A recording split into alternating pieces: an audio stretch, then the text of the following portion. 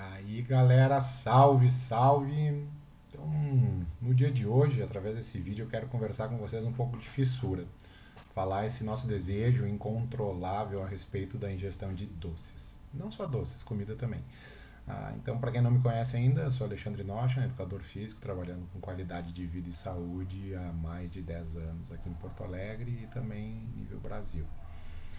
Quem tiver oportunidade, tem o meu canal no YouTube, Alexandre Nocha, lá tu vai ter condições de ver vários outros assuntos que eu já abordei relacionados à postura, alimentação, exercício, bem interessante, e também na minha página do Instagram e do Facebook, onde eu compartilho também materiais sobre esse tema de saúde e também algumas receitas, porque eu gosto muito de cozinhar.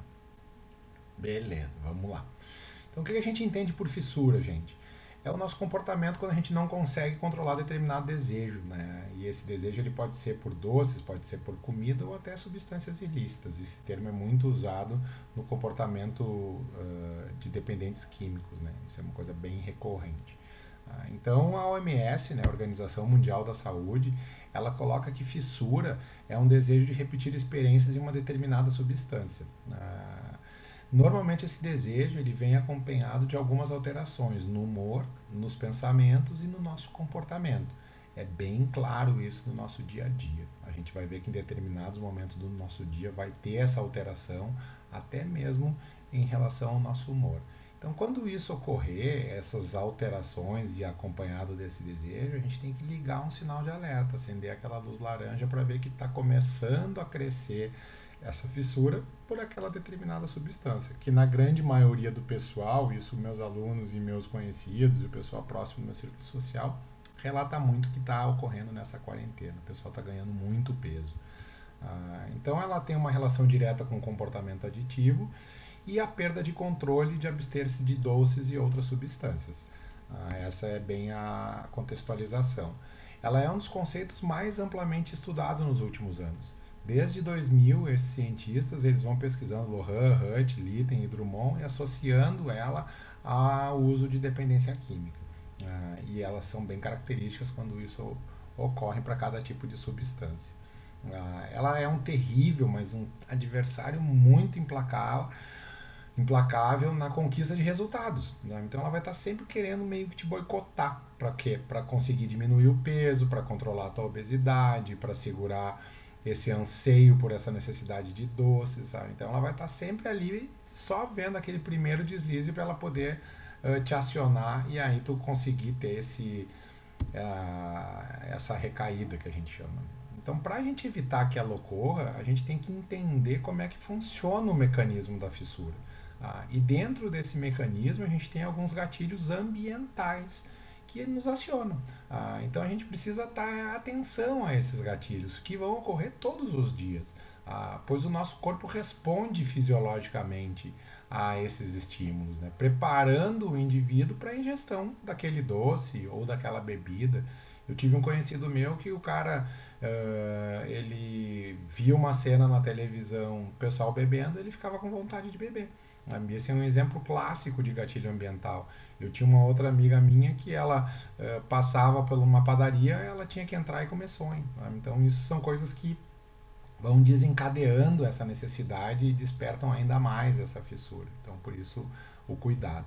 A gente tem que, para conseguir ter um melhor controle de tudo isso, a gente tem que pensar primeiramente em hábitos, lugares e pessoas. Por quê?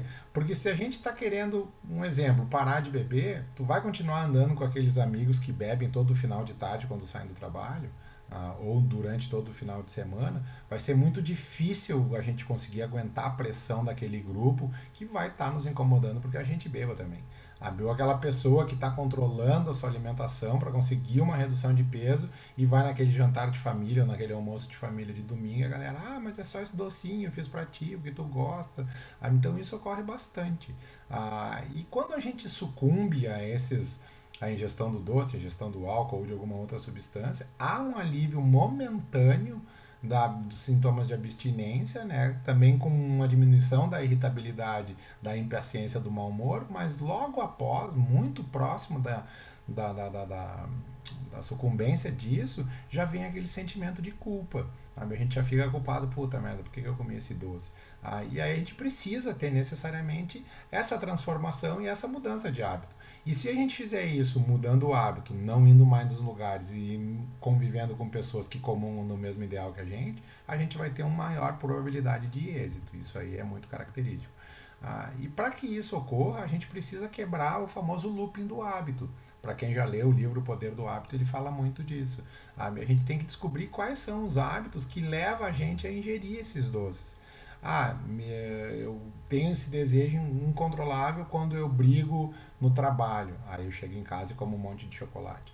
Então tu tem que entender que daqui a pouco eu não brigando no trabalho, eu vou quebrar esse looping. E aí eu não vou ter essa necessidade da ingestão. Então a gente pode ter estresse, discussões, tanto na família quanto no trabalho, problemas e imagens mentais, no trânsito. Sabe? Tudo isso pode estar associado ao aumento desse desejo, da fissura. Então, com isso, a gente precisa o quê? Criar um modelo.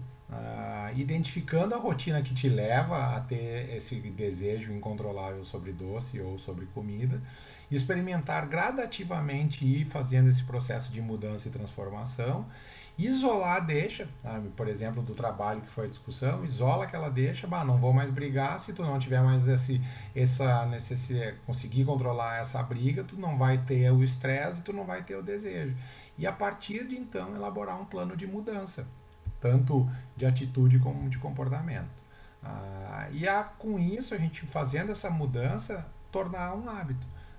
As mudanças vão gradativamente se tornando real.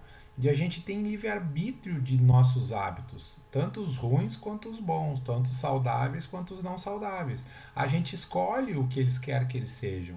Então a gente tem liberdade e responsabilidade para quê? Para provocar esse processo de transformação. Isso é o mais legal. E o controle, gente, ele é a chave do sucesso. Então o que a gente tem que fazer? Arregaçar a manga e mãos à obra. Esse é o primeiro passo, sempre ele é o mais importante. Comprometimento também é muito legal. Por quê? Porque quando a gente está comprometido com o maior número de pessoas, maior vai ser a chance da gente de vencer esse desafio. Então, o apoio social, o apoio familiar e o apoio profissional, eles são ferramentas essenciais, eles vão ser o alicerce da construção do resultado de vocês. Então isso é muito importante.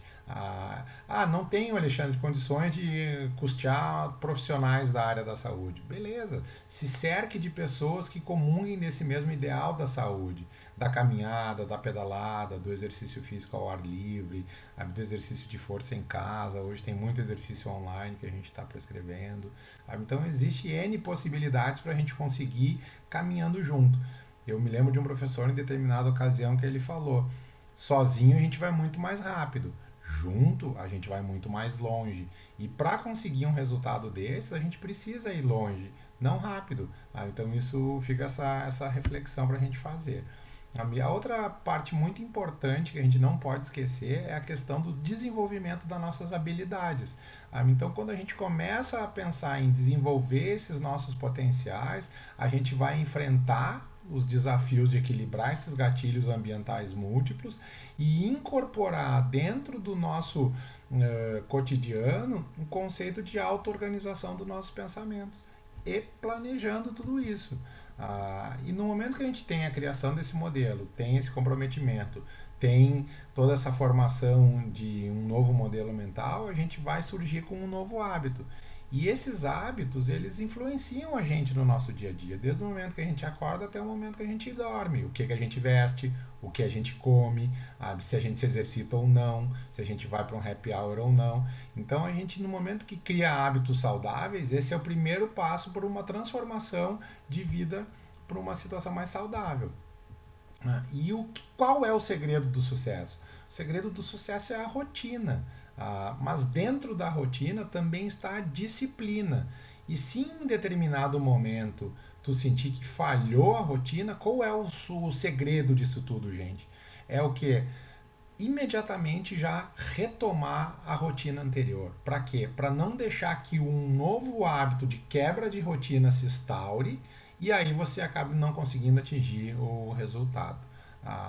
Então isso é um detalhe bem interessante que a gente tem que ter. em relação à disciplina. Quanto mais disciplinado e mais firme, convicto das nossas ações, a gente mais resultado lá adiante vai conseguir obter. Então, para quem curtiu esse material, que está interessado em saber um pouco mais a respeito do meu trabalho, compartilha, divulga, passa para os colegas, e se quiser fazer algumas perguntas, vou responder o mais rápido possível, e também se quiser que eu aborde algum outro tema, eu fico à disposição. Passa lá, dá um ok, dá um like lá e até breve. Tamo junto. Tchau, tchau.